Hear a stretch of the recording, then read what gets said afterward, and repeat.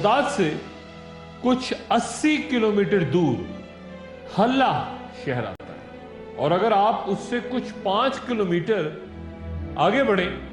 تو ایک وسیع و ریز علاقہ آپ کو نظر آئے گا، کھنڈرات، عالی شان کھنڈرات وہاں پہ ہر طرف۔ یہ بابل کا شہر ہے، غالباً قدیم زمانے کا وہ واحد شہر جسے ہو بہو عرصر نو تعمیر کیا گیا۔ شہر کی فصیل دوبارہ تعمیر کر کے، جو کہ قدیم دور میں 53 میل لمبی ہوا کرتی تھی،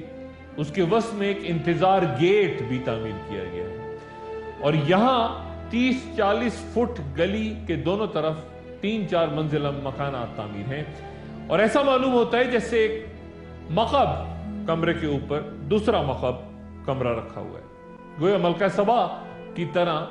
بابل کے مکانات بھی مقب یعنی لمبائی، چوڑائی اور اونچائی میں برابر ہوا کرتے تھے۔ بابل میں تعمیر اس دروازے کی بڑی اہمیت ہوا کرتی تھی، کیونکہ یہاں سے ان کے عقائد کے مطابق دیوتا داخل ہوتے تھے، اور اسی مناسبت سے شہر کا نام باب یا بابل پڑا۔ یہی وہ تاریخی شہر ہے جہاں ایک دور میں نمرود کی بادشاہت تھی، جس نے خدائی کا دعویٰ کیا تھا، جسے پھر اللہ نے ایک مچھر سے ذلیل کیا، اور یہی وہ بخت نصر بادشاہ بھی تخت نشین ہوا، جس نے یہاں وہ معلق باغات تعمیر کروائے جو کہ دنیا کے 7 قدیم عجائبات میں شمار ہوتے تھے۔ نمرود کے محل کے کھنڈرات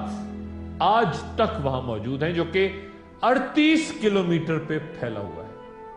اور یہیں کہیں وہ کنواں بھی ہے جہاں ہاروت و ماروت قید ہیں۔ عیسائیوں کا ایمان ہے کہ عیسیٰ علیہ السلام کی واپسی سے پہلے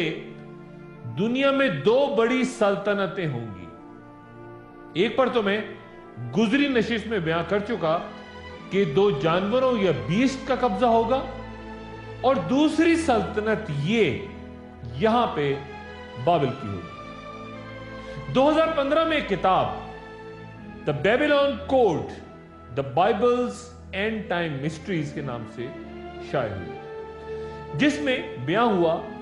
کہ آخر الزمان کے حوالے سے وہ تمام پیشگوئیاں جو کہ انجیل کی کتاب پیدائش میں بابل کے مینار سے جن کا ایک تعلق بنتا ہے، وہاں سے وہ شروع ہوتی ہیں، اور پھر پیشگوئیاں ایک بڑی جنگ ہرمیجدون یا آرمیگن کے ذکر پہ ختم ہوتی ہیں۔ یہ ایک بیسٹ سیلر کتاب ہے، امریکہ میں اور مغرب میں انتہائی مقبول۔ ان میں اشارے یا کوڈز ہیں، اور وہ ہمیں اس بستی کا کچھ سوراخ دیتے ہیں۔ تباہ شدہ بابل کے مینار کو کئی علماء شیطانی دور یا نمرود کی ایک علامت سمجھتے ہیں، اور عیسائی اس کی عہد جدید میں تعمیر کو اس سلطنت کا عرصر نو دوبارہ ظہور ہونا بیان کرتے ہیں، جہاں سے بخت نصر آ کے ان کے ہیکل سلیمانی کو لوٹ کے لے گیا تھا، تباہ کر کے لے گیا تھا، تابوت سکینہ کو غائب کر گیا تھا، اور بہت سے بنی اسرائیل کے قبائل اس کے ساتھ چلے گئے تھے، the lost tribes جنہیں میں کہتا ہوں۔ لیکن اس بار وہ علاقہ آخر الزمان میں ان کے قبضے میں ہوگا، ان کی پیشگوئی کے مطابق، یعنی جانور دوسری سلطنت پہ ہوں گے، 20 کی سلطنت پہ، اور یہ جو علاقہ ہے یہ عیسائیوں کے پاس ہوگا۔ قرآن میں کئی مقامات پر اس بستی کی طرف اشارہ ہے، اور یقیناً یہ آخر الزمان میں بڑے مارکے طے ہیں۔ یہی زمینیں کرب و بلا ہے، کیونکہ عیسائیوں کا تو ایمان ہے کہ یہیں پہ ان کی ایک سلطنت دوبارہ ظہور پذیر ہوگی۔